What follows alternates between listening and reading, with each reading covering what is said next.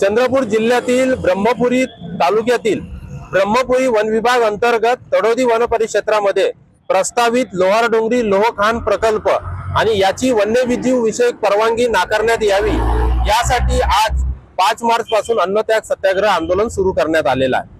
कारण असं आहे की ताडोबा अंधारी व्याघ्र प्रकल्पाच्या पूर्वेकडील उत्तरेकडील अत्यंत महत्त्वाच्या समजल्या जाणाऱ्या कॉरिडॉर मध्ये ही खाण प्रस्तावित असल्यामुळे या ठिकाणी वाघ मानव संघर्ष वाढण्याची शक्यता आहे।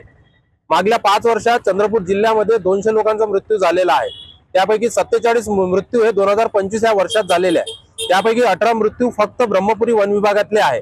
आता चंद्रपूर जिल्ह्यात एवढा वाघ मानव संघर्ष तीव्र असताना या ठिकाणी उपाययोजना करण्याच्या अनुषंगाने किंवा हा संघर्ष कमी होण्याच्या अनुषंगाने जे प्रयत्न आहे ते न करता या ठिकाणी जर खाण झाली हे मोठं धोकादायक होणार आहे। परंतु आता चंद्रपूर जिल्ह्यामध्ये टेक्निकल कमिटी गठीत करण्यात आली होती 5 वर्षातील राज्य शासनातर्फे, तो वाघ मानव संघर्ष कमी व्हावा म्हणून, पण त्यांची अद्याप अंमलबजावणी झालेली नाही आहे। रिपोर्ट तयार झालेला आहे।